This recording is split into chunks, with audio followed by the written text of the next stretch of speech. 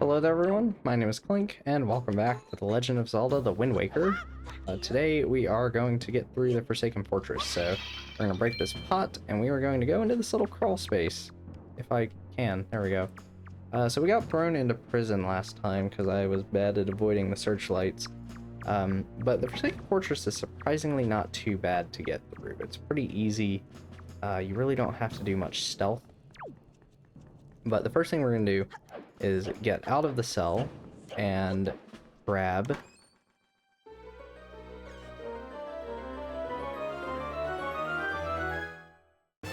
the dungeon map. So this is quite nice to go on ahead and pick up. So now that we have that, we can kind of see our way around. We can see where all the searchlights are on the exterior.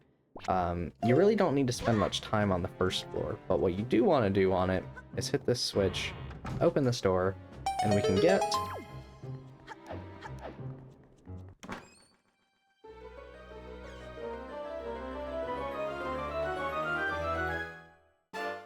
our first piece of art. So there you go. That's a heart piece. Pretty easy to get. It's not very out of the way. So I always recommend getting it. And then I'm going to get caught by this Moblin guard right here. So these guys are going to be all over the Forsaken Fortress, kind of patrolling around, but I'm going to go on ahead and get caught by one to get thrown back into prison. Because being on the second floor is a lot better, as the second floor is where all the searchlights are, and you don't really need to interact with the first floor at all. So we're just going to do that instead. So we'll just crawl through here, take a right, and now that we're back up on top, we need to use this rope here. So there's obviously two ways we can go here. I want to head north and knock out all three searchlights, so we'll head over here and take care of the two that you can get to from here. So one I think is right here. So we'll climb up this ladder. One you can get to really easily from that main plaza. It's over there, which we can't really get to from here. Well, we can. But there is a bokoblin right here. He'll stop manning the searchlight once we get up here and he notices us.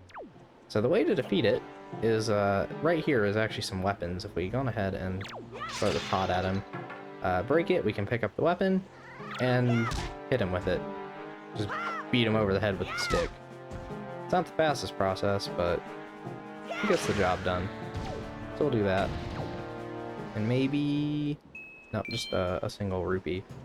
And then I'm gonna go on ahead and jump down here again. Because basically we were right below here, and we went up there. So we actually want to end up over here to take out this searchlight next. And I don't really care as to what Tetra has to say, because we've pretty much figured it out. We know what we're doing, right? We're smart individuals. We'll go on ahead and alert this bokoblin of our presence. And come on, get beaten over the head. There we go. Yeah, if you take a look at the map, you can see the searchlights we've been to have kind of faded out a little bit. So we're making some nice progress here.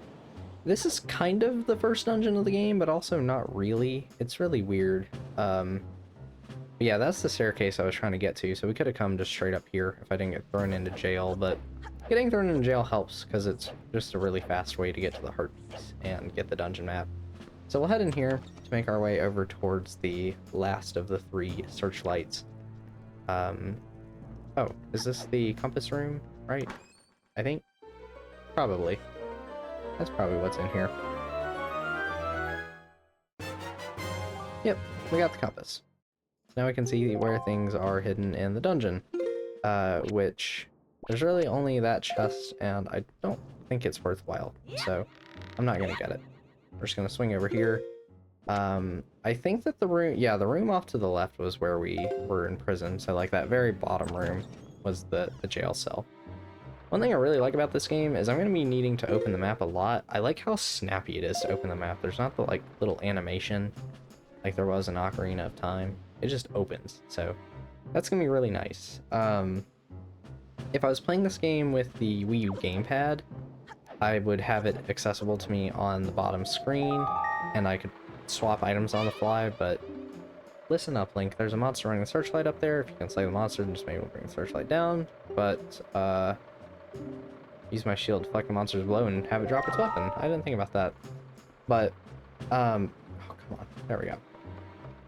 But I didn't want to, use the gamepad for this because I wanted you guys to be able to see everything I'm doing, and I don't really have a way to capture the gamepad.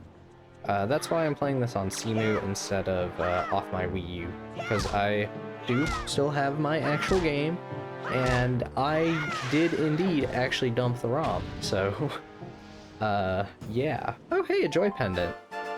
You can keep these in your spoils bag. So these are going to be one of the spoils you can collect. Mostly bokoblins drop them, but I do believe we need to get a decent few of them to finish the game. And what is this issue with the shaders here?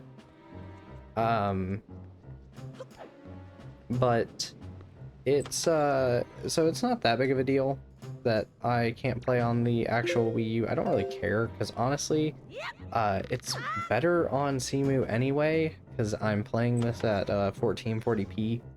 I've been uploading my videos in 1440p recently, and this is also a shortcut right here, just for anyone that wants that slightly higher quality video. It is available. I don't really have a 4K monitor or anything, so I haven't really tried to record 4K, but I also am not too willing to sacrifice the file size for it, honestly. 1440p's been perfectly fine. I don't think the file size is too overbearing, but that's what I like. So the game is at a native 1440p, so that's pretty nice. Whereas the Wii U version, or you know, on a Wii U it would be 720p, so it helps a little bit. But yeah, it's a very minor thing. We're gonna go on ahead and waddle across here. Hopefully this moblin doesn't see us, because yeah, you can hide in barrels. It's really funny. Just stay out of his searchlight, but their radius is a little bit bigger than that, but see, we're just fine. Easy peasy. We can just walk right through here and continue forward. We're getting pretty close to the end of the Forsaken Fortress here.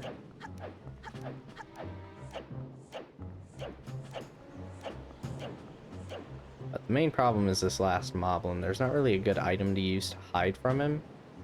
Oh, well, never mind. There's a barrel right here. If you're fast enough, I think you can just run right by.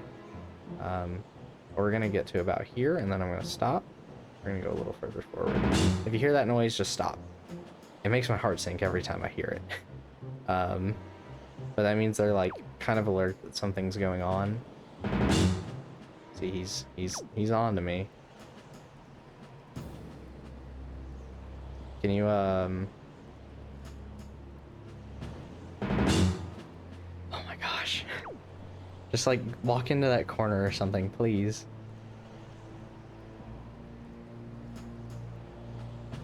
He's gonna come this way, isn't he? Come on, buddy. Oh, you jerk. Yeah, they won't really do anything if you're just sitting in the barrel, I think. Like, even if they walk up against me, as long as I don't move, I should be fine. Yeah, so they're sniffing around, but they're really bad at sniffing out people, honestly. I think I can see their little pigtails. Like, look at that walk, though. It's kind of amazing how their legs hold them up like that. Kind of makes me think of, I think his name was Mugshot in Sly Cooper, the first game, which I think that game had come out before this game, or it was around the same time. I actually don't know when Sly Cooper came out, but yeah, we can go on ahead and drop our barrel and move forward. We are all good to go.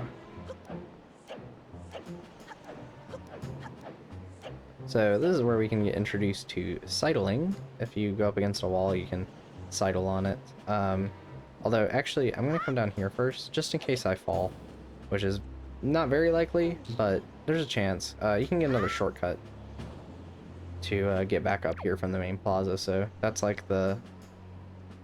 Or, well, the main plaza will go over there, and then you would go through and come back out, but it's still a nice shortcut if you push these boxes, so Very nice to take advantage of.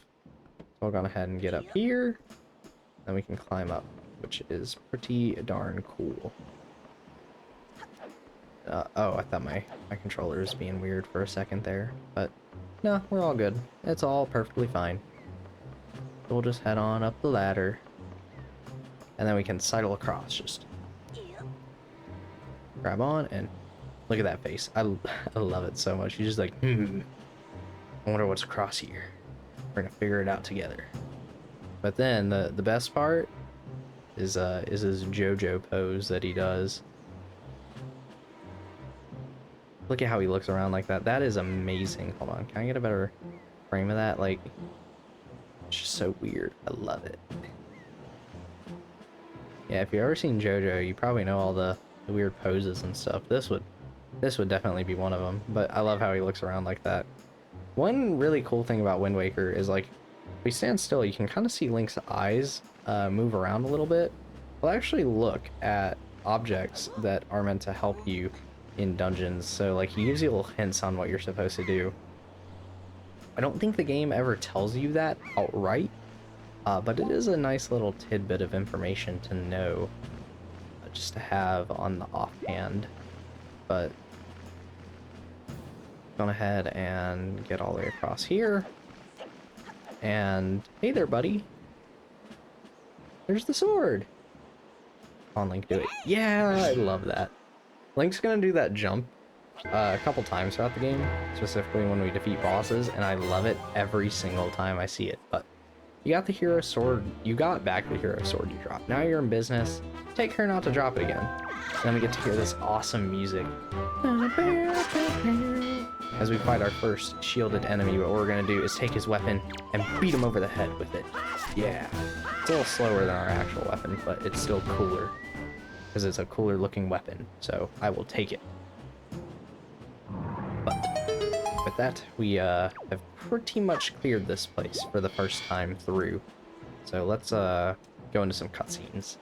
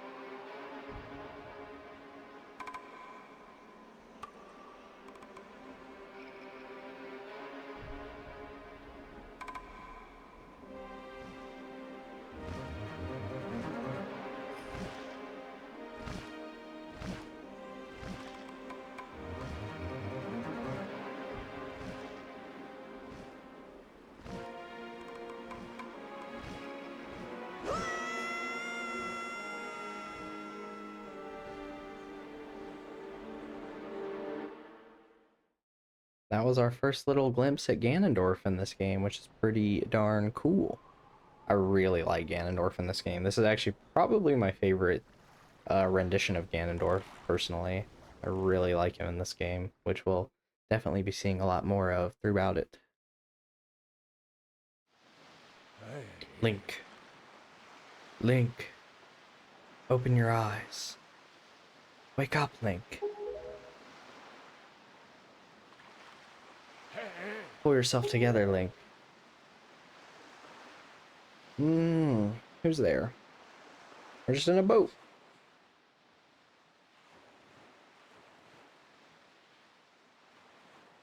This is going to be a very familiar sight throughout the game. Well, have you come to your senses yet? Huh? Who's there? You're surprisingly dull-witted. Oh. Did I startle you? I suppose that is only natural, as wide as the world is. I am the only boat upon it who can speak the words of men. I am the king of red lions. Do not fear. I am not your enemy. Link, I've been watching you since you went to the Forsaken Fortress to rescue your sister. I understand how your desire to protect your sister could give you the courage to fearlessly stand up to anything, but such a bold attempt was foolhardy. I suppose you saw him, the shadow that commands that monstrous bird? His name is Ganon. He who obtained the power of the gods attempted to cover the land in darkness, and was ultimately sealed away by the very power he hoped to command. He is the very same Ganon, the Emperor of the Dark Realm the ancient legends spoke of. I do not know why the seal of the gods has failed, but now that Ganon has returned, the world is once again being threatened by his evil magic. Tell me, Link, do you still wish to save your sister from him? I do. And will you do anything to save her? Absolutely. I see. In that case, I shall guide you as we go forward, advising you on what you should do and where you must go. Ganon cannot be defeated by human hands, let alone by what little strength you possess. The key to defeating Ganon is locked away in a great power that you can wield only after much toil and hardship. Do you understand? In that case, we depart to the Great Sea. But I am getting ahead of myself. This is actually a bit embarrassing for me to admit, but although I am indeed a boat that possesses the power of speech, I possess no sail, and a boat with no sail can sail no seas. Try saying that 4 times fast. I have brought you far to the east of the dark gaze of the Forsaken Fortress. On this island is a town of merchants who deal in a wide variety of goods. If you search hard enough, surely you can find the one who will sell you a sail. I am sorry to ask this of you, but without a sail, I will be useless to you. This island of merchants is home to many valuable goods. The information they provide you may come in handy during your endeavors at sea, so listen carefully to their words and heed them well. But remember, there is no time to play. Come back here immediately as soon as your errands are done. So yeah, here we are on the very mysterious Windfall Island, where we need to acquire a sail, but for now, I'm going to end this part here, and I will see you guys next time, where we will explore around the island and see what kind of shenanigans we can get up to here. So, I'll see you then. Bye-bye.